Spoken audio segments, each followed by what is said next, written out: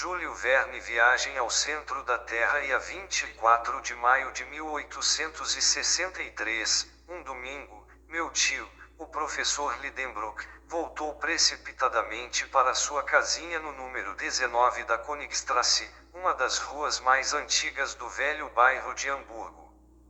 A boa Marta deve ter achado que estava muito atrasada, pois o jantar mal começara a chiar no fogão da cozinha. Bem, pensei, se estiver com fome, meu tio, que é o mais impaciente dos homens, vai dar gritos de aflição. O Sr. Lidenbrock já chegou! Exclamou Marta, estupefata, entreabrindo a porta da sala de jantar. Já, Marta, mas o jantar tem o direito de não estar pronto, pois não são nem 2 horas. Acabou de dar a meia hora em São Miguel. Então por que o Sr. Lidenbrock está de volta? Logo saberemos por ele mesmo. Ei-lo! Vou sumir, Sr. Axel, o senhor se encarregue de fazer com que se mostre razoável. E a boa Marta desapareceu em seu laboratório culinário. Fiquei sozinho. Fazer com que o mais irascível dos professores se mostrasse razoável era algo que o meu temperamento um tanto indeciso não permitia. Preparava-me para voltar ao meu quartinho no último andar quando as dobradiças da porta rangeram, a escada de madeira estalou sob os grandes pés, e o dono da casa, depois de atravessar a sala de jantar, precipitou-se imediatamente para seu gabinete de trabalho. Durante a rápida passagem jogara num canto sua bengala com um quebra-nozes na ponta, seu grande chapéu de pelos arrepiados na mesa, e as seguintes palavras retumbantes a seu sobrinho: Axel, siga-me. Eu mal tivera tempo de me mexer, e o professor já gritava num tom vivo de impaciência: vamos!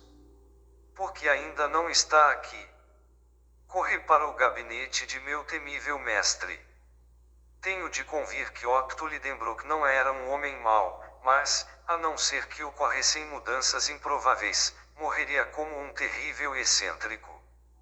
Era professor no Johanneum, onde dava um curso de mineralogia, durante o qual se enraivecia pelo menos 2 vezes. Não que se preocupasse com a assiduidade ou a atenção dos alunos, nem com o seu sucesso depois de formados, eram detalhes nos quais nem pensava. Ele lecionava subjetivamente, para empregar uma expressão da filosofia alemã, para si, e não para os outros. Era um cientista egoísta, um poço de ciência cuja roldana guinchava quando alguém tentava extrair algo dele, em suma, um avaro. Há alguns professores assim na Alemanha.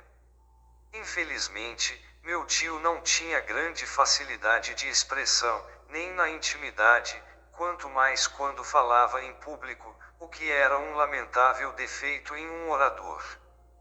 De fato, em suas palestras no Johanneum, muitas vezes o professor parava de falar de repente. Lutava com uma palavra recalcitrante que não queria sair de sua boca, uma dessas palavras que resistem, incham e acabam saindo sob a forma pouco científica de um palavrão. Daí grandes acessos de cólera. Ora, em mineralogia, há muitas denominações semigregas, semilatinas, difíceis de pronunciar, nomes rudes que esfolariam os lábios de um poeta. Não que eu queira falar mal dessa ciência. Longe de mim. Mas quando estamos diante de cristalizações romboédricas, de resinas retinasfálticas, de guelenitas, de fangasitas, de molibdênio de chumbo, de tungstato de manganésio, de titanato de zircônio, até as línguas mais bem treinadas perdem o prumo. De qualquer forma, digo e repito, meu tio era um verdadeiro cientista. Apesar de quebrar por vezes suas amostras pela sua brusquidão, reunia a visão do mineralogista ao gênio do geólogo. Com seu martelo, seu buril de aço, sua agulha imantada, seu maçarico e seu frasquinho de ácido nítrico, era um grande profissional. Pela fratura, pelo aspecto, pela dureza, pela fusibilidade, pelo som, pelo cheiro ou pelo gosto, era capaz de classificar sem hesitação um mineral qualquer entre as 600 espécies com que a ciência conta hoje em dia. O nome Lidenbrock resplandecia com honra nos ginásios e associações nacionais. Quando passaram por Hamburgo, Humphrey Davy, de Humboldt e os capitães Franklin e Sabine fizeram questão de encontrar-se com ele.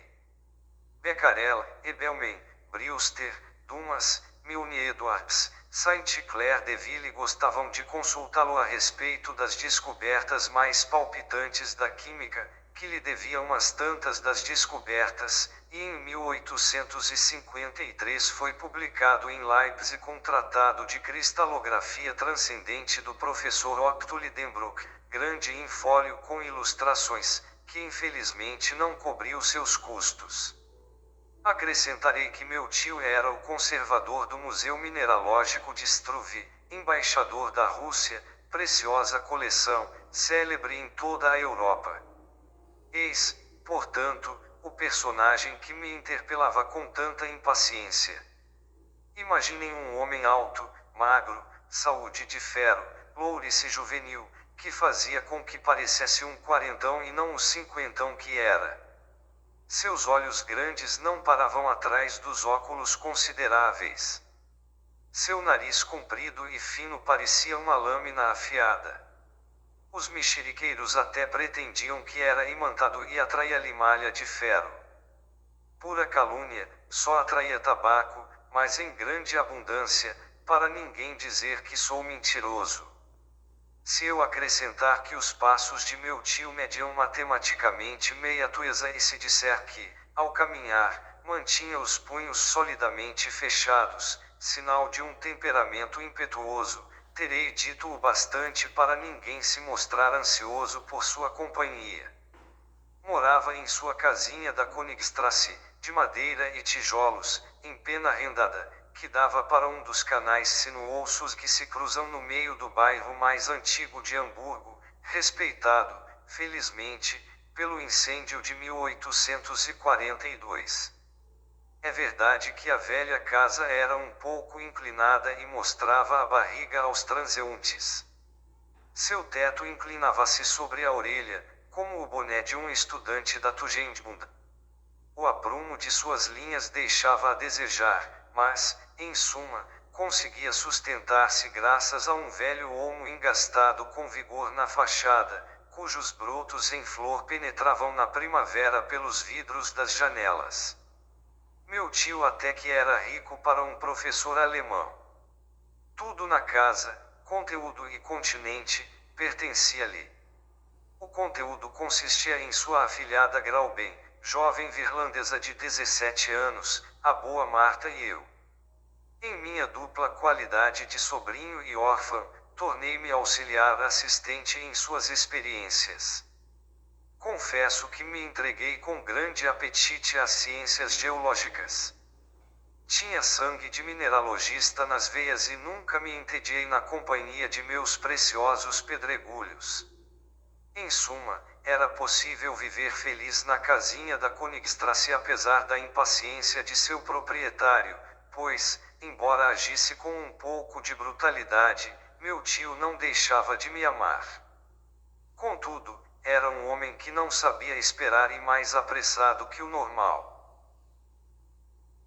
Quando, em abril, plantava, nos versos de porcelana da sala, seus pés de resedal volubilis, ia, todas as manhãs, puxar-lhes as folhas para apressar seu crescimento.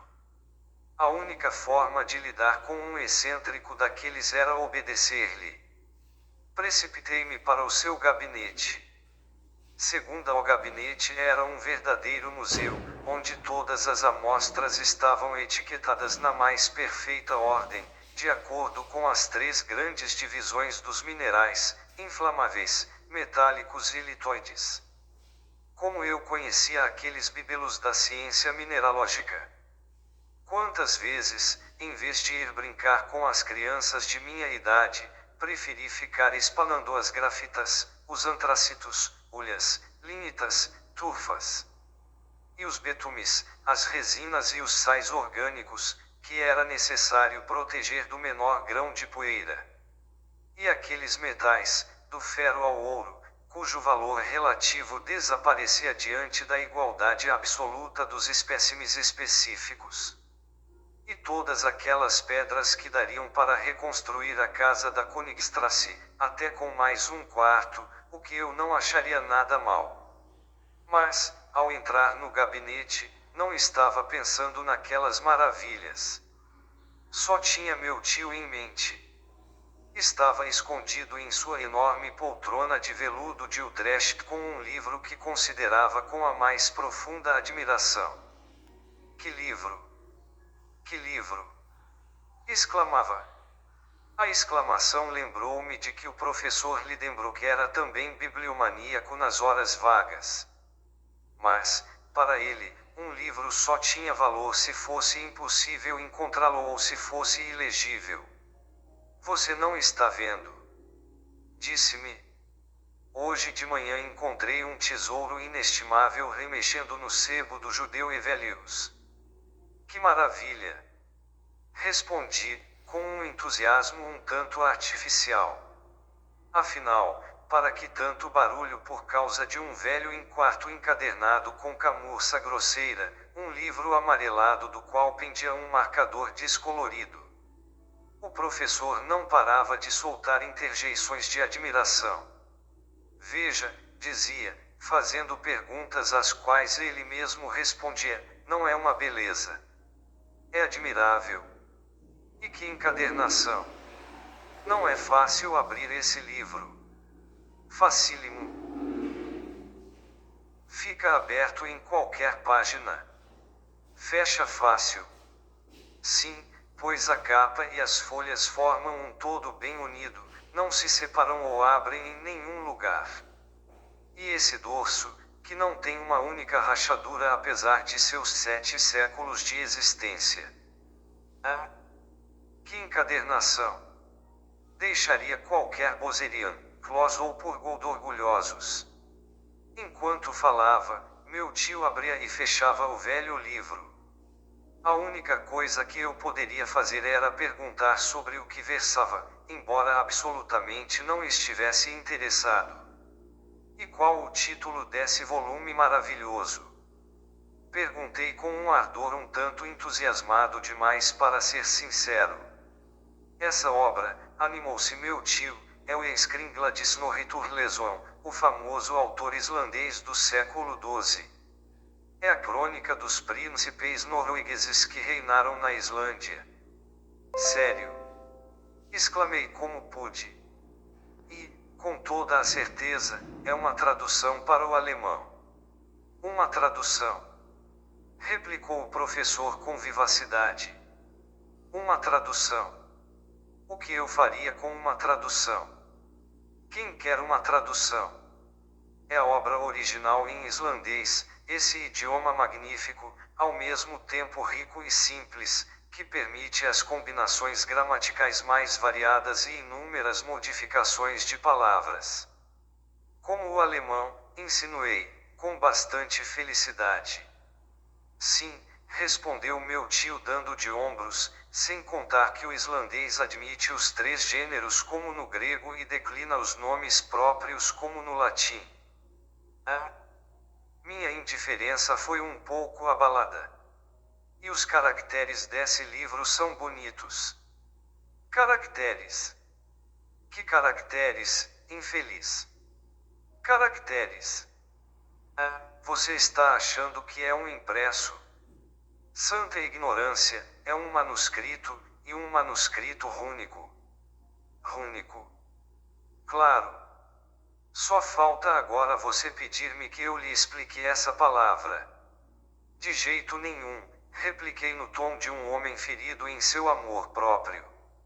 Mas meu tio não deu importância às minhas palavras e ensinou-me, contra a minha vontade, coisas que eu não fazia a menor questão de saber. As runas, continuou, eram caracteres de escrita empregados outrora na Islândia, que, de acordo com a tradição, foram inventados pelo próprio Odin. Olhe, admire, ímpio, esses tipos procedentes da imaginação de um deus. Como não sabia o que responder, ia me prosternar, que era uma espécie de reação que deve agradar tanto aos deuses quanto aos reis, pois tem a vantagem de nunca embaraçá-los, quando um incidente desviou o curso da conversa. Foi o surgimento de um pergaminho imundo, que escorregou do livro e caiu no chão. Meu tio precipitou-se sobre aquela ninharia com uma avidez fácil de compreender. Um velho documento encerrado desde tempos imemoriais num velho livro não podia deixar de ser muito valioso para ele. "O que é isso?" exclamou.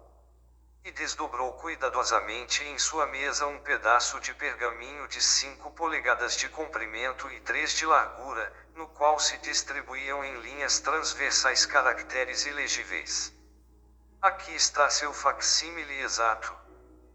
Faço questão de apresentar esses sinais estranhos, pois levaram o professor Lidenbrock e seu sobrinho à expedição mais estranha do século XIX, Oxolhthghpyp.yluf, oitbolt. Um O e outro T um O com trema YTO e BO um O O. I, HYORRORBORI.RNTNRFOTTN o professor considerou por alguns instantes a série de caracteres, depois disse, erguendo seus óculos, "É rúnico, esses tipos são idênticos aos do manuscrito de Snorri Sturleson. Mas, o que será que tudo isso significa?" Como eu acreditava ser o rúnico uma invenção dos cientistas para ludibriar o pobre mundo, não fiquei aborrecido com o fato de meu tio não entender nada. Pelo menos é o que parecia pelo movimento de seus dedos, que começavam a tremer muito. "Mas é islandês antigo", murmurava entre os dentes. E o professor Lidenbrock devia entender disso, pois passava por um verdadeiro poliglota. Não que falasse correntemente as 2.000 línguas e os 4.000 idiomas empregados na superfície do globo, mas conhecia boa parte deles. Toda a impetuosidade de seu temperamento estava prestes a mostrar-se diante dessa dificuldade, e eu começava a prever uma cena violenta, quando soaram 2 horas no reloginho da lareira. A boa Marta abriu a porta do gabinete e disse, "O jantar está na mesa." "Ao diabo o jantar, quem o fez e os que vão comê-lo?" exclamou meu tio. Marta saiu correndo. Corri atrás dela e, sem saber como, encontrei-me sentado no meu lugar habitual na sala de jantar. Esperei alguns instantes. O professor não apareceu. Era a primeira vez, que eu saiba, que ele não comparecia à solenidade do jantar. E que jantar! Uma sopa com muita salsinha, uma omelete de presunto, temperada com azedinha e noz moscada, um lombo de vitela na compota de ameixas, e, de sobremesa, camarões açucarados, tudo regado por um belo vinho do Moçal. Eis o que um papel velho custaria a meu tio. É óbvio que, na qualidade de sobrinho dedicado, achei que era minha obrigação comer por ele e por mim. O que fiz conscienciosamente. "Nunca vi isso", dizia a boa Marta. "O Sr. Lidenbrock não aparecer para o jantar. Inacreditável. É o presságio de um acontecimento muito grave", continuou a velha criada, balançando a cabeça. No meu entender, aquilo não significava nada, a não ser uma cena horrorosa quando meu tio encontrasse seu jantar devorado. Estava no último camarão, quando uma voz tonitruante arrancou-me das voluptuosidades da sobremesa. Em um salto, eu estava no gabinete. "Terceira, é evidente que é rúnico", dizia o professor franzindo o senho. "Mas existe algum segredo que descobrirei, se não." Um gesto violento arrematou seu raciocínio. Sente-se ali, acrescentou, indicando-me a mesa com o punho, e escreva. Em um instante eu estava a postos. Agora vou ditar-lhe as letras correspondentes aos caracteres islandeses em nosso alfabeto. Veremos o que acontece. Mas, por São Miguel, trate de não errar. Começou o ditado, durante o qual fiz o melhor que pude.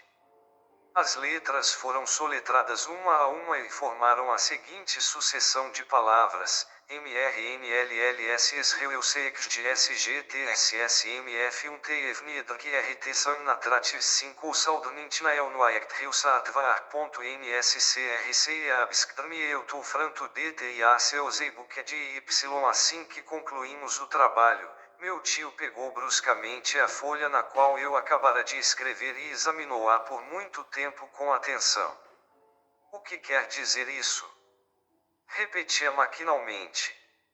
Juro que eu não saberia explicar-lhe. Aliás, ele não estava me perguntando nada e continuou a falar consigo mesmo. É o que chamamos de criptograma, dizia, no qual o sentido está escondido nas letras misturadas de propósito e que, dispostas adequadamente, formariam uma frase inteligível. Quando penso que talvez esteja diante da explicação ou da indicação de uma grande descoberta. Quanto a mim, achava que aquilo não queria dizer nada, mas não ousava formular minha opinião. Então, o professor pegou o livro e o pergaminho e comparou-os. As letras não pertencem à mesma pessoa, disse. O criptograma é posterior ao livro, é irrefutável. A primeira letra é um M duplo que se procurava em vão no livro de Turleson, pois só foi adicionada ao alfabeto islandês no século XIV. Desta forma, há pelo menos 200 anos entre o manuscrito e o documento. Isso me pareceu bastante lógico. Sou levado a pensar, continuou meu tio, que um dos proprietários desse livro traçou esses caracteres misteriosos. Mas quem diabo era esse proprietário? Não teria escrito seu nome em algum lugar do manuscrito? Meu tio ergueu os óculos, pegou uma lupa potente e, com todo o cuidado, passou em revista as primeiras páginas do livro. No verso da segunda, a do anterosto, descobriu uma espécie de mácula que parecia uma mancha de tinta. No entanto, examinando-se com maior cuidado, era possível distinguir alguns caracteres semi-apagados. Meu tio achou ter descoberto um ponto interessante, deteve-se na mácula e, com o auxílio de sua enorme lupa, acabou reconhecendo os seguintes sinais, caracteres rúnicos, que leu sem hesitar, Armsaknussen. Exclamou com um ar de triunfo. Isso é que é nome e ainda por cima um nome islandês, de um cientista do século XVI, célebre alquimista. Eu olhava para o meu tio com uma certa admiração. Esses alquimistas, continuou, Avicena, Bacon, Lully, Paracelso eram os únicos e verdadeiros cientistas de seu tempo. Fizeram descobertas que nos surpreendem até hoje.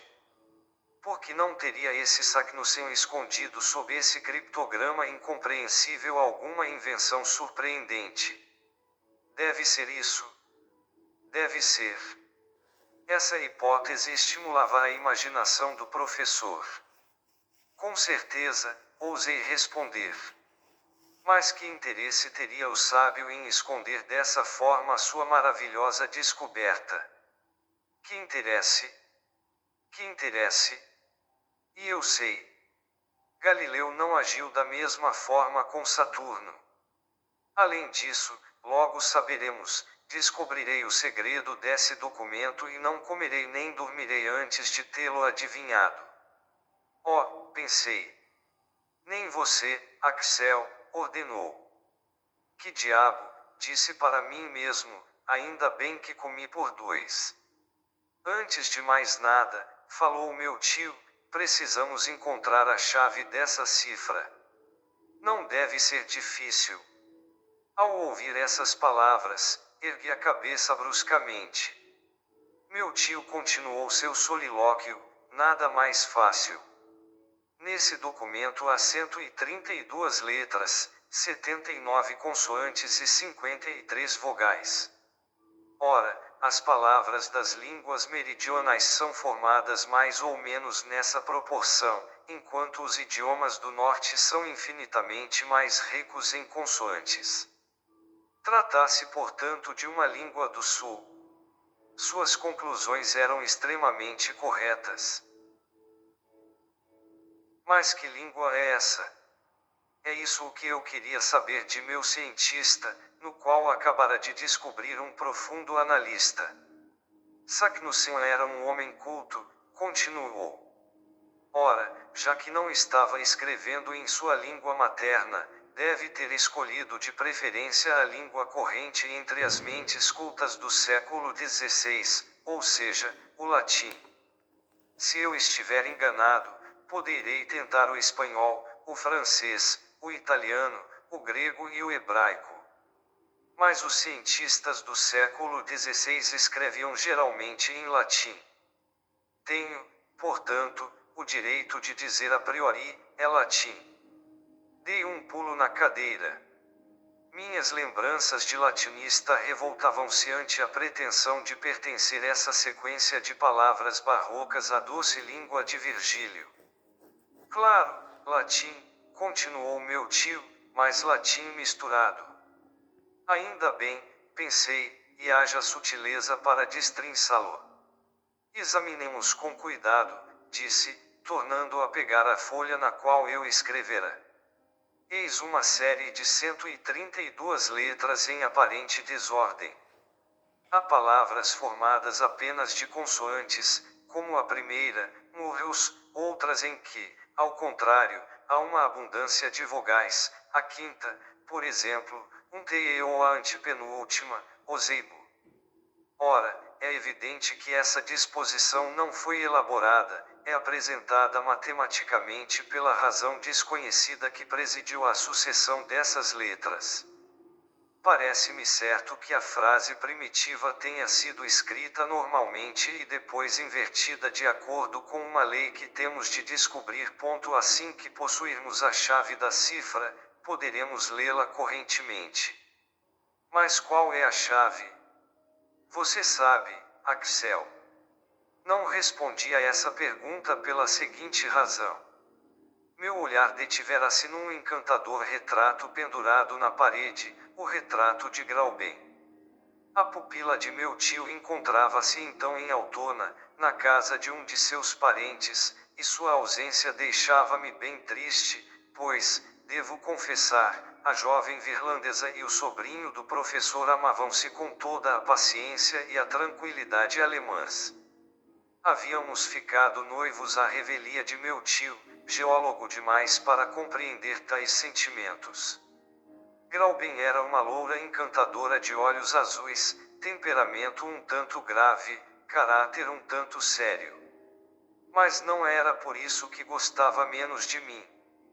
Eu simplesmente a adorava, se é que esse verbo existe na língua germânica. A imagem de minha pequena virlandesa transportou-me num instante do mundo das realidades ao mundo dos sonhos, das lembranças. Revia minha fiel companheira de trabalho e de prazer. Todo dia ajudava-me a arrumar as preciosas pedras de meu tio. Ela as etiquetava comigo. A senhorita Grauben era uma mineralogista e tanto. Poderia dar aulas a mais de um cientista. Gostava de aprofundar as questões mais difíceis da ciência. Quantas horas passamos estudando juntos? E quantas vezes invejei aquelas pedras insensíveis que ela tocava com suas mãos encantadoras. Depois, nos momentos de folga, saíamos os dois para percorrer as aleias frondosas de Ulster e íamos juntos ao velho moinho alcatroado, tão lindo no canto do lago. Enquanto andávamos, conversávamos de mãos dadas. Contava-lhe coisas que a faziam rir com gosto. Chegávamos assim até a beira do Elba e, depois de cumprimentarmos os cisnes que nadam entre os grandes nenúfares brancos, voltávamos ao cais com o barco a vapor. Estava nesse ponto do meu sonho, quando meu tio me trouxe de volta à realidade, batendo com o punho na mesa. Vejamos, disse, a primeira ideia que temos ao tentarmos misturar as letras de uma frase é, acho, escrever as palavras na vertical, em vez de na horizontal. Perfeito, pensei. Temos de verificar o que isso dá.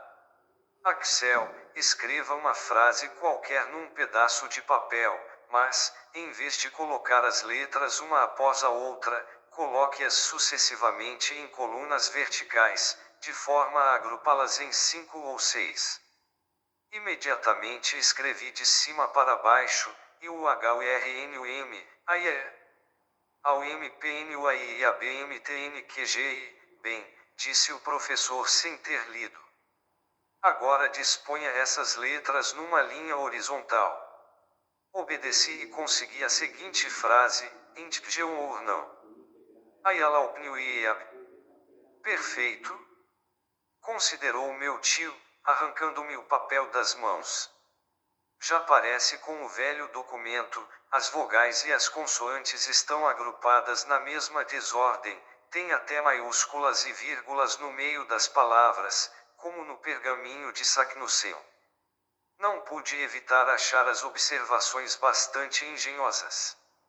Ora, continuou meu tio, dirigindo-se diretamente a mim, para ler a frase que você acabou de escrever e que não conheço, basta que eu pegue sucessivamente a primeira letra de cada palavra, depois a segunda, depois a terceira e assim por diante.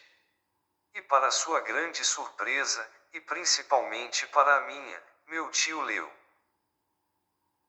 Eu a amo muito, minha pequena Grauben. O quê? Espantou-se o professor. Sim, sem perceber, como apaixonado desastrado, traçará aquela frase comprometedora. Ah, você gosta de Grauben? Retomou meu tio, num tom de verdadeiro tutor. Sim? Não, balbuciei. Ah, você ama Grauben. Continuou maquinalmente. Muito bem, apliquemos esse método ao documento em questão. Voltando a cair em sua contemplação absorta, meu tio já esquecera minhas palavras imprudentes. Imprudentes, pois o cérebro de um cientista não compreenderia as coisas do coração. Felizmente, prevaleceu a importância do documento.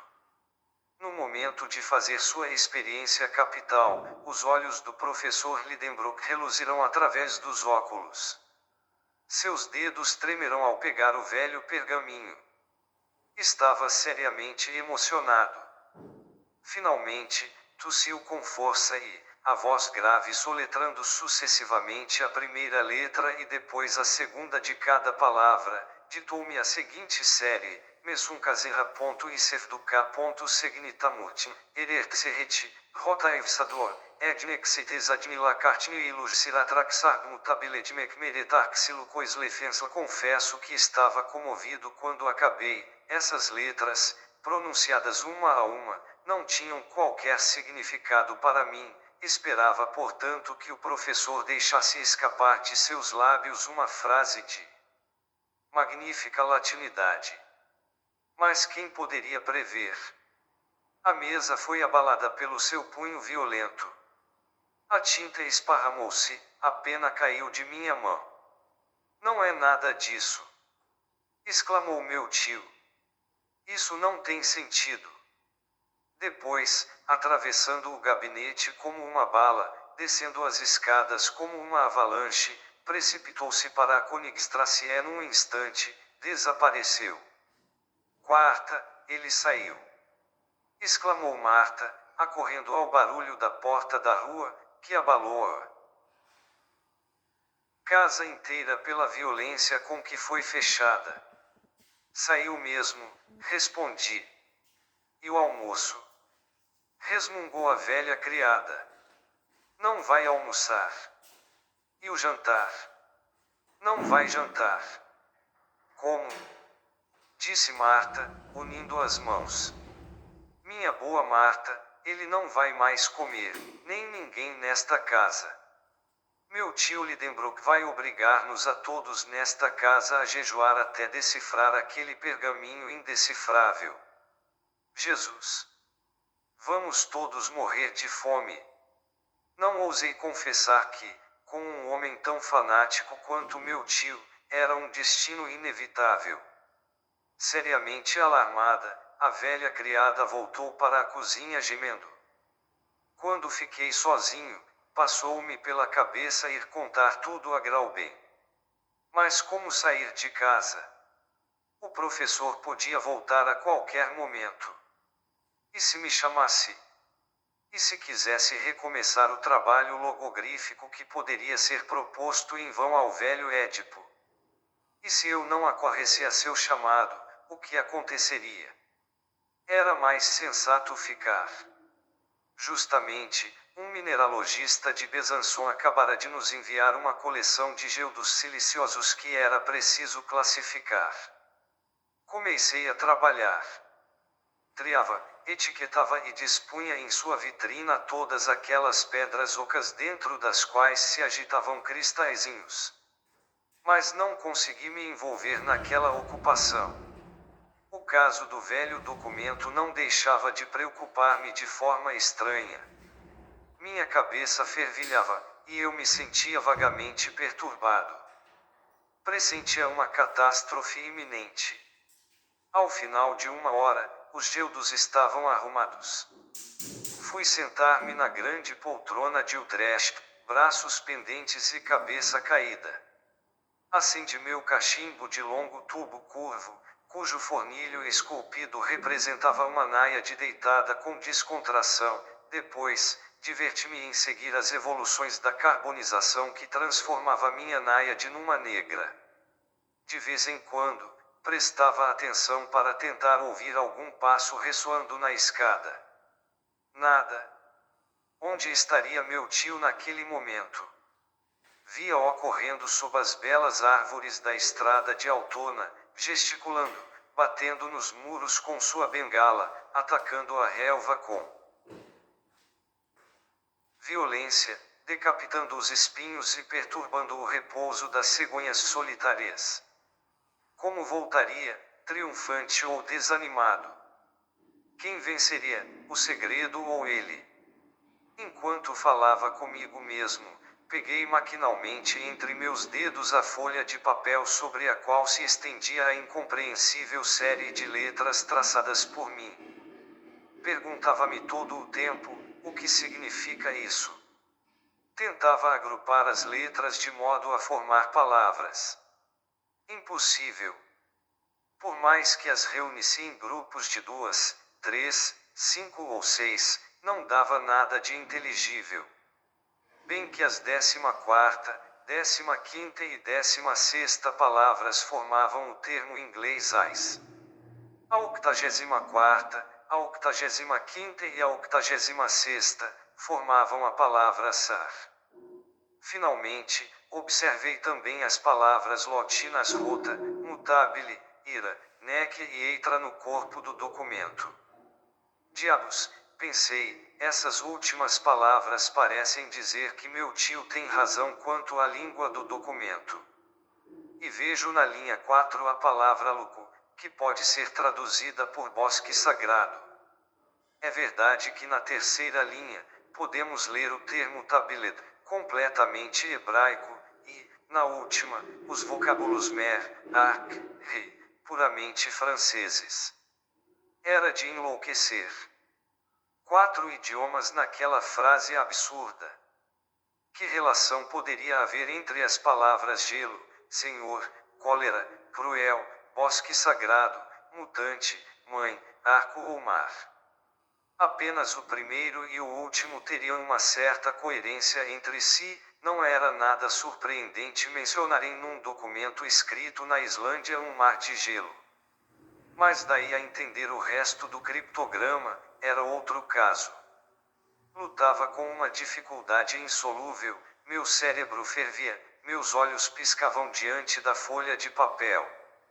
As 132 letras pareciam esvoaçar ao meu redor, como aqueles pontos negros que aparecem no ar quando o sangue sobe muito violentamente à cabeça. Parecia-me estar vivendo uma alucinação. Sufocava, sentia falta de ar maquinalmente, abanei-me com a folha de papel, e fiquei olhando sucessivamente sua frente e seu verso. Qual a minha surpresa quando, numa dessas reviravoltas rápidas, no momento em que o verso se voltava para mim, acreditei estar vendo aparecer palavras perfeitamente legíveis, palavras latinas, entre outras, craterem e terrestre.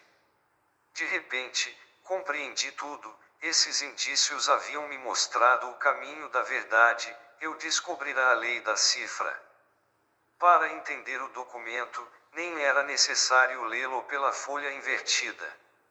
Não? Era assim me fora ditado, assim podia ser soletrado normalmente. Todas as combinações engenhosas do professor realizavam-se. Tinha razão quanto à disposição das letras, quanto à língua do documento. Nada era necessário para ler do começo ao fim a frase latina, e o acaso acabara de oferecer-me esse nada.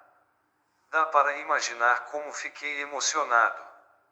Meus olhos turvaram-se, tornando-se inúteis. Havia disposto a folha de papel sobre a mesa. Bastava olhá-la para tornar-me detentor do segredo.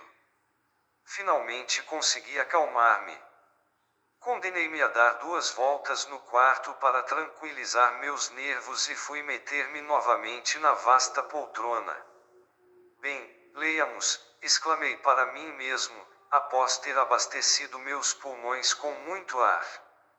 Debrucei-me sobre a mesa, colocava meu dedo sobre cada letra e, sem parar, sem hesitar, pronunciei a frase inteira em voz alta. Por que estupefação, por que desvario fui invadido? Sentia-me como que atingido por um raio. O que? O que eu acabara de saber acontecera. Um homem tivera audácia suficiente para penetrar. Ah, não, exclamei dando um pulo, não, meu tio não saberá disso. Só faltava ele saber de tal viagem. Vai querer fazê-la. Nada conseguirá detê-lo. Um geólogo tão determinado. Vai fazê-la de qualquer forma, apesar de tudo, a despeito de tudo. E vai levar-me com ele, e nós não voltaremos. Nunca. Nunca. É difícil descrever minha excitação.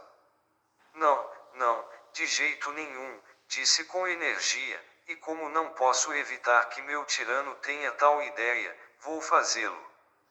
De tanto virar e revirar esse documento, vai acabar descobrindo sua chave. Vou destruí-lo. Ainda havia brasas na lareira. Peguei não somente a folha de papel, como também o pergaminho de Saknussemm, as mãos febres, ia jogar tudo sobre os carvões e aniquilar o segredo perigoso, quando a porta do gabinete abriu-se. Meu tio apareceu. Vi mal deu tempo para voltar a depor o infeliz documento sobre a mesa. O professor Lidenbrock parecia profundamente absorto. A ideia fixa não lhe dava um único momento de descanso. Era evidente que havia perscrutado e analisado o caso, que lançara mão de todos os recursos de sua imaginação durante o passeio e que vinha aplicar alguma nova combinação. De fato, sentou-se em sua poltrona e, pena na mão, começou a estabelecer fórmulas que pareciam um cálculo algébrico. Eu seguia com os olhos sua mão fremente, não perdia um único movimento seu. Surgiria algum resultado inesperado. Eu tremia sem motivo, pois, como já encontrara a verdadeira combinação, qualquer outra pesquisa era forçosamente vã. Meu tio trabalhou sem parar por 3 horas, sem erguer a cabeça, apagando, rasurando, recomeçando 1000 vezes a tarefa.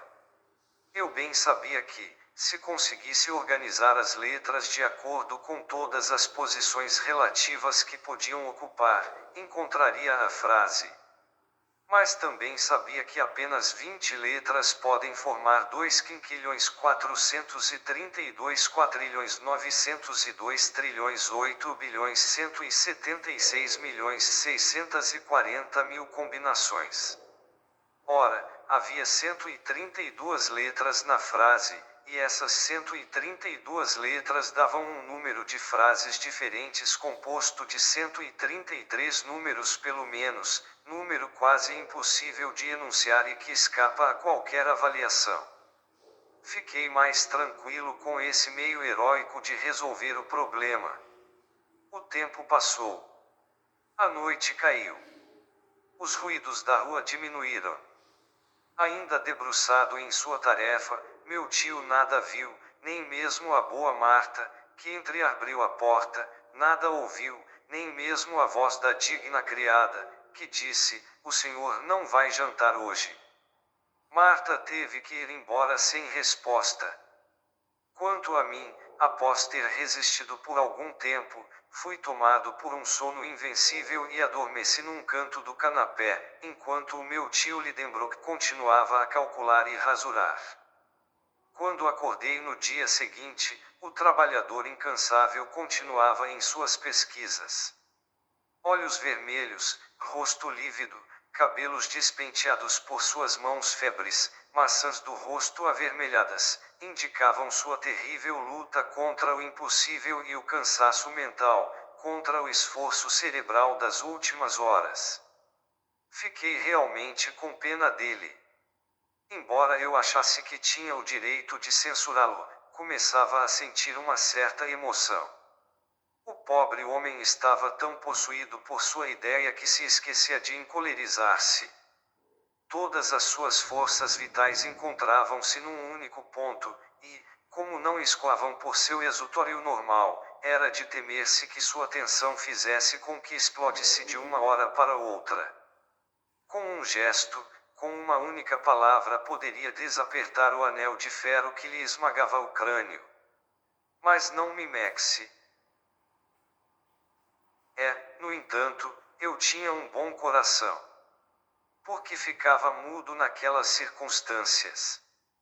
No próprio interesse de meu tio. Não, repetia, não falarei. Vai querer ir até lá, conheço-o bem, nada o deterá. Tem uma imaginação vulcânica e, para fazer o que os outros geólogos não fizeram, arriscaria sua vida. Não falarei nada. Guardarei esse segredo que me foi revelado por acaso. Revelá-lo seria matar o professor Lidenbrock. Ele que adivinhe, se conseguir. Não quero carregar a culpa de tê-lo conduzido à perdição. Resolvido isso, cruzei os braços e esperei. Mas não contara com um incidente que aconteceu algumas horas depois. Quando a boa Marta quis sair de casa para ir ao mercado, encontrou a porta fechada. A chave sumira da fechadura. Quem atirara? É claro que meu tio, quando voltara, na véspera, de sua excursão apressada. Fizera de propósito ou fora distração. Queria submeter-nos aos rigores da fome. Achei que era demais. Imaginei Marta e eu, vítimas de uma situação com a qual nada tínhamos a ver. Com certeza, e lembrei-me de um precedente de dar medo. De fato, há alguns anos, na época em que meu tio trabalhava em sua grande classificação mineralógica, ficou 48 horas sem comer, e toda a casa teve de se conformar à sua dieta científica. Tive câimbras no estômago bem pouco recreativas para um moço bastante voraz por natureza. Ora, constatei que não iríamos ter café da manhã, assim como não tivéramos jantar. Resolvi, contudo, ser heróico e não ceder às exigências da fome. Marta levava o caso muito a sério e estava desolada, pobre mulher. Já eu estava mais preocupado com a impossibilidade de sair de casa, e com razão. Estou certo de que todos me compreenderão. Por volta do meio-dia, comecei realmente a sentir fome. Muito inocentemente, Marta devorara na véspera as provisões da despensa, não havia mais nada em casa. Assim mesmo, resisti. Era uma espécie de questão de honra. Deram 2 horas. Aquilo começava a tornar-se ridículo e até intolerável. Esbugalhava os olhos.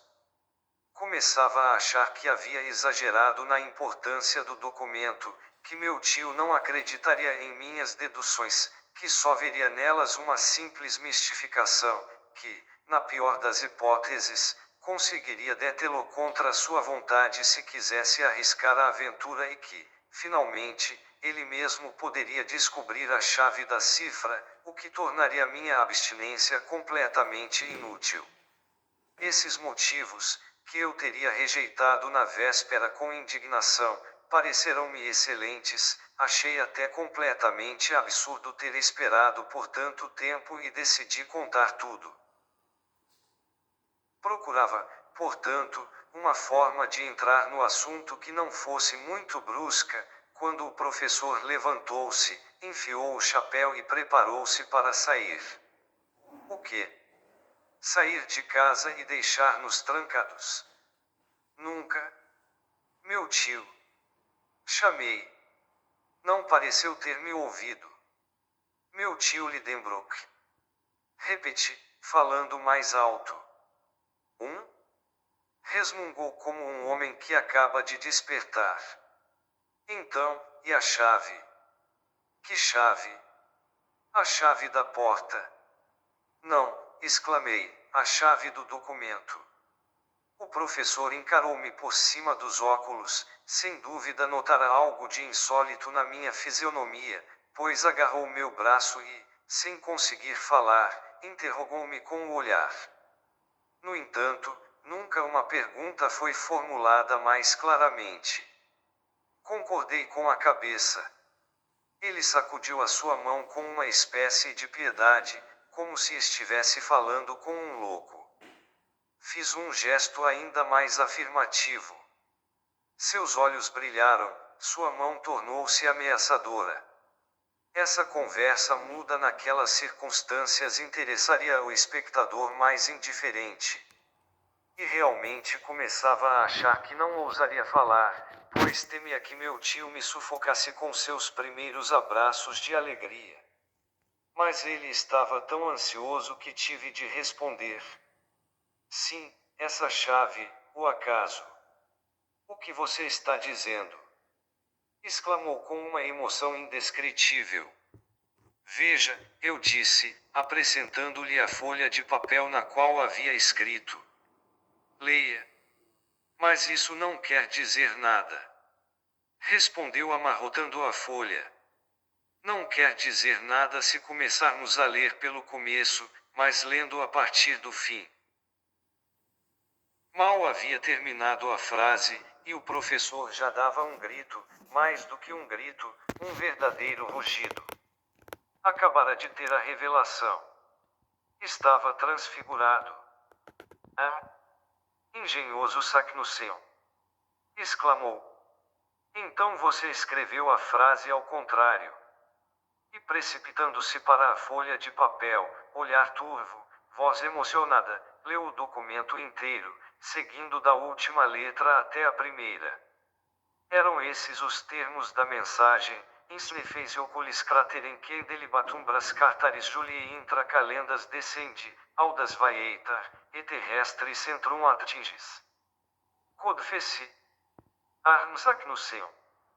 Em mau latim pode ser traduzido dessa maneira: de sacratera de ocultus nefels, que a sombra dos cártares vem acariciar antes das calendas de julho, viajante audacioso, e chegarás ao centro da terra. Foi o que fiz. Arnsaknussemm. Ao final da leitura, Meu tio pulou como se tivesse tocado sem querer numa garrafa de leite. Estava magnífico em sua audácia, alegria e convicção. Ia e vinha, pegava a cabeça com as duas mãos, tirava as cadeiras do lugar, empilhava livros, fazia malabarismos com seus preciosos gildos, o que parecia inacreditável, batia com o punho aqui, dava um tapa acolá. Finalmente acalmou-se e, como homem esgotado por um grande desperdício de energia, voltou a cair em sua poltrona. Que horas são, afinal? Perguntou após alguns minutos de silêncio. 3 horas, respondi. Que coisa! Digeri o almoço depressa demais.